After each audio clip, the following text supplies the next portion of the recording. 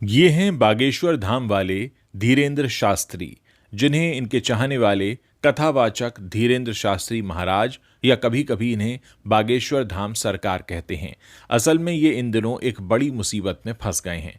असल में हुआ ये कि ये महाराष्ट्र में एक कार्यक्रम के दौरान कुछ बोल रहे थे कि तभी महाराष्ट्र के जादू टोना विरोधी कानून के तहत इन पर कार्रवाई करने की मांग की गई और साथ ही ये चैलेंज किया गया कि अगर ये वाकई सबके बारे में जान लेते हैं तो अंधश्रद्धा उन्मूलन समिति के सामने आए। अगर वो जीत गए तो उन्हें 30 लाख रुपए दिए जाएंगे। इन पर आरोप है कि धीरेन शास्त्री ने यह चुनौती स्वीकार नहीं की और इनका जो कार्यक्रम वहाँ 13 जनवरी तक चल रहा था उसे ये जल्द ही खत्म करके भाग गए।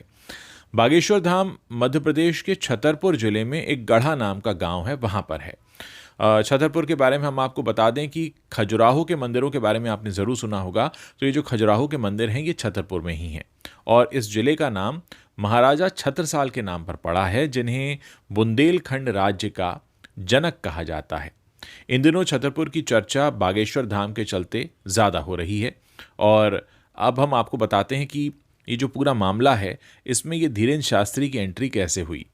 असल में किस्सा ये है कि गढ़ा गांव जो है छतरपुर के पास, वहाँ एक छोटी सी पहाड़ी है जहाँ एक शंकर जी की एक मूर्ति स्थापित की गई थी बहुत साल पहले और पास में ही गांव के लोग वहाँ पर अंतिम संस्कार किया करते थे।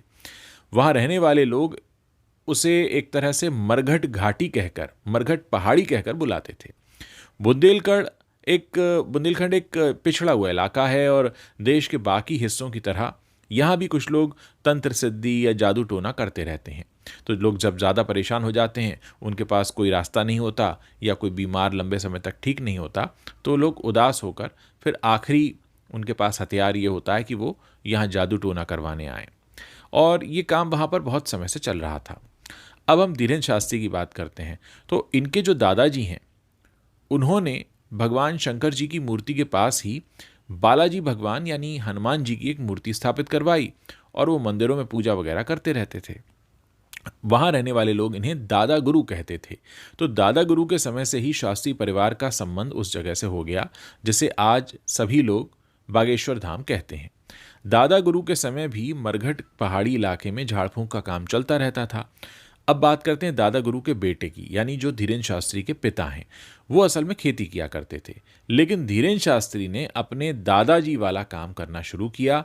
शिक्षा कितनी है इनकी ये इस बारे में कोई नहीं जानता है, लेकिन स्थानीय लोग बताते हैं कि कुछ साल पहले धीरेन शास्त्री छतरपुर आए और उन्होंने एक प्रेस कॉन्फ्रेंस की जिसमें स्थानीय अखबार वालों को बुलाया गया और यहाँ अखबार वालों के सामने धीरेन शास्त्री ने कथित रूप से पत्रकारों से कहा कि हमारा एक सिद्ध स्थान है गढ़ा, यहाँ आकर आप लोग दर्शन करें और चमत्कार देखें।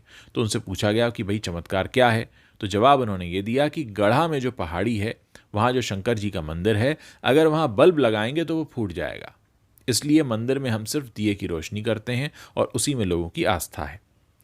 अब उस वक्त इनको ज़्यादा इम्पोर्टेंस नहीं दी गई थी क्योंकि बुंदेलखंड में बहुत से चमत्कारी बाबा हैं और उनकी बहुत सी खबरें और कहानियां हैं। लेकिन समय के साथ साथ धीरेन शास्त्री से काफ़ी लोग जुड़ते चले गए और कुछ लोगों ने उन्हें सोशल मीडिया की दुनिया से जोड़ दिया। उसके बाद सोशल मीडिया के रास्ते इन्होंने अपना एक एक एक नया टीवी बना लिया और एक तरह से ये लोगों पर छाने लगे। एक धार्मिक चैनल भी है जो पिछले कई सालों से धीरेन शास्त्री के साथ मिलकर कुछ भागवत कथाएं करता है। लोकल लोग बताते हैं कि उन्हें जो स्थानीय अखबार हैं वो नियमित रूप से कवर करते हैं। शुरुआत में कवरेज के लिए पैसा दिया गया, उसके बाद फिर उनके अपना सोशल मीडिया आ गया। उसके बाद से क्या होने लगा कि इस स्पेस में वो छाने लगे। आज जो पहाड़ी है जहाँ पर वो शिव जी का मंदिर होता था, वहाँ हनुमान जी की भी मूर्ति है और दर्शन के लिए सारी व्यवस्था है। हनुमान जी यानी बालाजी के यहाँ पर ही नारियल बांधकर एक अर्जी लगाई जाती है। अगर धीरेन शास्त्री से आपको मिलना है तो आपको वहाँ अर्जी लगानी होगी। पहाड़ी से नीचे पंचायत का एक भवन हुआ करता था जो अब बहुत अच्छे खासे निर्माण के बाद अब बागेश्वर धाम बन गया है। इसके चलते आसपास की ज़मीनों की कीमत ऐसा कहते हैं कि 80 लाख रुपए प्रति एकड़ तक पहुंच गई है और यहाँ ज़मीन सिर्फ खरीदी ही नहीं जा रही है, आरोप तो ये लग रहे हैं कि ज़मीनों पर कब्जा हो रहा है और यही सारे विवाद की जड़ है। इस इल्ज़ाम की पड़ताल के लिए दैनिक भास्कर अखबार के संतोष सिंह हैं, उन्होंने एक ग्राउंड रिपोर्ट की है और उस ग्राउंड रिपोर्ट में उन्होंने साफ लिखा है कि छतरपुर खजुराहो हाईवे से सटा हुआ गढ़ा गांव बागेश्वर धाम के कारण अब बिजनेस हब बन गया है। रोज हजारों की भीड़ यहां जमा होती है, जो मंगल और शनि के दिन लाखों में बदल जाती है। इसके चलते दुकानों का एक महीने का किराया 1.25 लाख रुपए हो चुका है। संतोष लिखते हैं कि अब गढ़ा में निजी और सरकारी जमीन पर कब्जे का खेल चल रहा है। सीधा आरोप बागेश्वर धाम सरकार, धीरेन्द्र कृष्ण शास्त्री और उनके पूरी मंडली पर है। अब उसमें बाकायदा जिक्र किया गया है कि मंदिर से सटे जो इलाके हैं वहां पर छतरपुर जिले में राजनगर तहसील के सरकारी रिकॉर्ड में शमशान तालाब और पहाड़ के रूप में वो जमीन दिखाई गई है। लेकिन ये जो जमीन शमशान तालाब और पहाड़ के रूप में दिखाई गई है, वहां पर धीरेन्द्र कृष्ण शास्त्री अपने मंडली के लोगों के साथ उस जमीन को पाट रहे हैं, दुकान बनवा रहे हैं और इतना ही नहीं, अब तो शमशान में शव जलाने पर भी रोक लगा दी गई है ताकि ज्यादा से ज्यादा दुकानें बनाकर बेची जा सकें। अब संतोष ने जो रिपोर्ट छापी है उसके मुताबिक पंचायत भवन पर कब्जे का भी जिक्र है, जिसके बारे में संतोष लिखते हैं कि बागेश्वर धाम के पास सरकारी जमीन पर 12 लाख रुपए की लागत से सामुदायिक भवन बना है, जिसे पंचायत ने अपनी निधि से बनवाया था। अब इस पर धीरेन्द्र कृष्ण शास्त्री ने अपना कब्जा कर लिया है।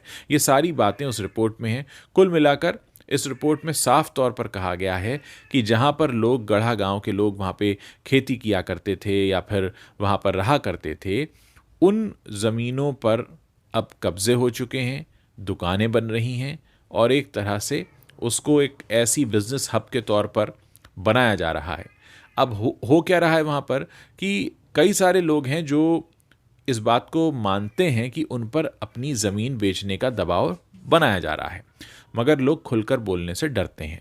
वो कहते हैं कि भाई ये जो बागेश्वर धाम है, इनके पास तो सभी नेता, मंत्री, कलेक्टर, एसपी सब आते हैं। अब हम इनके सामने अगर कहेंगे कि हम पर ये दबाव लग रहा है तो हमारी सुनेगा कौन। तो कुल मिलाकर यह कि शासन प्रशासन के लोग क्योंकि बागेश्वर धाम आते हैं और धीरेन्द्र शास्त्री को मानते हैं, इसलिए उन पर अब कोई अपनी शिकायत दर्ज नहीं करा रहा है। तो कुल मिलाकर मामला ऐसा समझ में आया है कि सरकारी ज़मीन पर कब्जा करके और अपना खुद का एक व्यापार जैसा चलाया जा रहा है। धीरेन्द्र शास्त्री की अगर आप बात करें तो बहुत से ऐसे किस्से हैं, तरह तरह के बयान सामने आते रहते हैं। कभी ये कहते हैं कि हम अछूत हैं, कभी कहते हैं कि आप पठान का विरोध करिए, और बहुत सी ऐसी बातें हैं। कई बार वो चादर और फादर वालों से दूर रहो कहते हैं। ऐसे तमाम तरह के वो एक वन लाइनर्स मारते हैं जिससे सोशल मीडिया पर पॉपुलैरिटी बनी रहे। लेकिन जब इन्हें चैलेंज किया गया कि भई आप अगर लोगों के मन की बात जानते हैं तो आइए अंधश्रद्धा उन्मूलन समिति के सामने आकर बहस कीजिए, बताइए, तो इन्होंने कहा कि भाई मुझे ये सब कुछ नहीं आता है और मैं तो हनुमान जी का भक्त हूँ और आप तो हनुमान जी में आस्था रखिए। तो कुल मिलाकर मामला ये है कि जो समझ में आ रहा है हाल की रिपोर्ट से कि ये अपने प्रभाव का इस्तेमाल अपने व्यापार को बढ़ाने में, ज़मीन को कब्जाने में कर रहे हैं और स्थानीय लोग इनसे डरते हैं क्योंकि वहाँ पर आने वाले लोग जो हैं उनमें बहुत बड़े बड़े रसूख वाले लोग शामिल हैं।